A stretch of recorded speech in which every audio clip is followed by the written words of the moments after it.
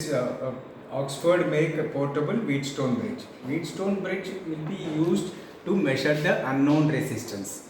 This Wheatstone bridge kit can measure 0.001 ohm to 11.1 mega ohm. So this is series arm, this is multiplier switch. This two terminals is for external galvanometer, but galvanometer has been provided in the kit. If I want to use this galvanometer, I need to put this switch in internal. If I want to use the external galvanometer, this switch has to be changed to external. So anyway, in this case I will be using this galvanometer, then I will put this in internal. And then this has got a inbuilt battery. This battery has to be replaced for every 4 to 5 months. So this battery has been fitted here. And then this is 4 arms all in series.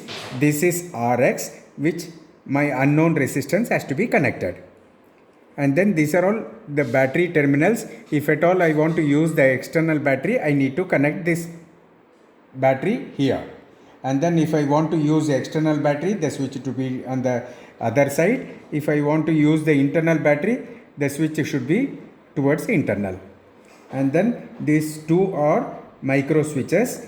If I press this galvanometer will get in contact. If I press this battery will get connected to the circuit.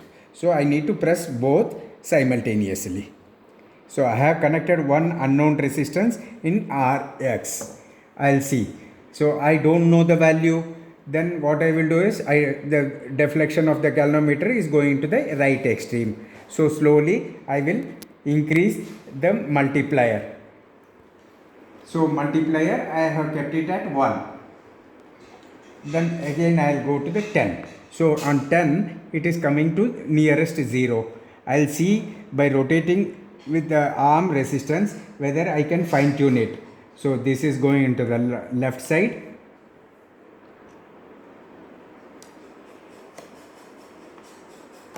This is going to the right side. So this is the point where it is getting nullified. I'll just make it more precise.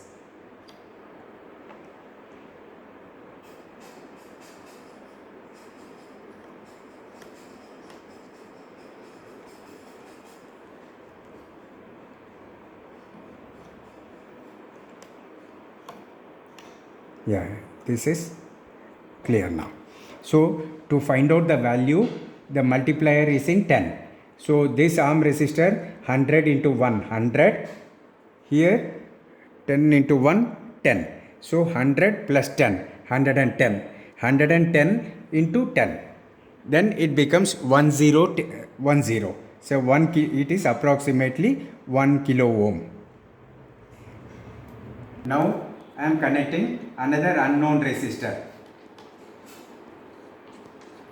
I'll keep this multiplier switch to the minimum position or to the maximum position, wherever you like. So let it be in the maximum position, and then I'll press the key. So it is going to the left corner. I'll slowly reduce the multiplier switch. Say it has come at 0.1.